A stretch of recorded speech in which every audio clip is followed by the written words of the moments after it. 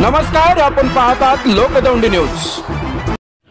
220 kV भेंडा ते विश्वविंड अतिउच्च दाब वीज वाहिनी प्रकल्पामधील पाथर्डी तालुक्यातील लोसर येथील टावर कोसळला। सुदैवाने यामध्ये जीवितहानी झाली नसल्याचे शेतकऱ्यांनी सांगितले।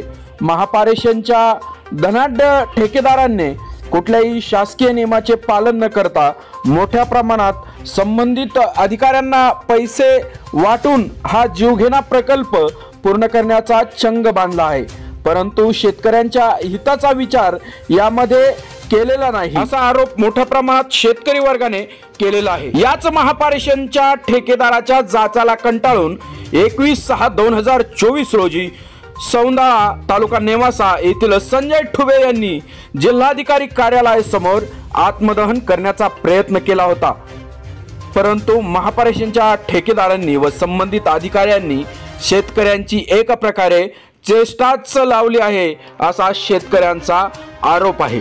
शेतकऱ्यांची जर जीवितहानी झाली, शेतकऱ्यांच्या लेकराबाळाची कुटुंबाची जीवितहानी झाली तर यास जबाबदार कोण? संबंधित अधिकारी याची जबाबदारी घेणार का? महापारेषण ठेकेदार याची जबाबदारी घेणार का? की फक्त काम करण्याचा अट्टहास ठेकेदार करणार व बिले काढणार, पैसा कमवणार?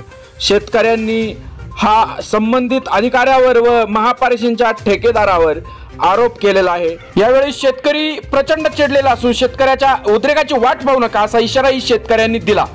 आपल्या भागातील ताज्या घडामोडी व महत्त्वाच्या बातम्या पाहण्यासाठी यूट्यूबवरील लोकदौंडी न्यूज चॅनलला सबस्क्राइब करा, लाईक करा व शेअर करा।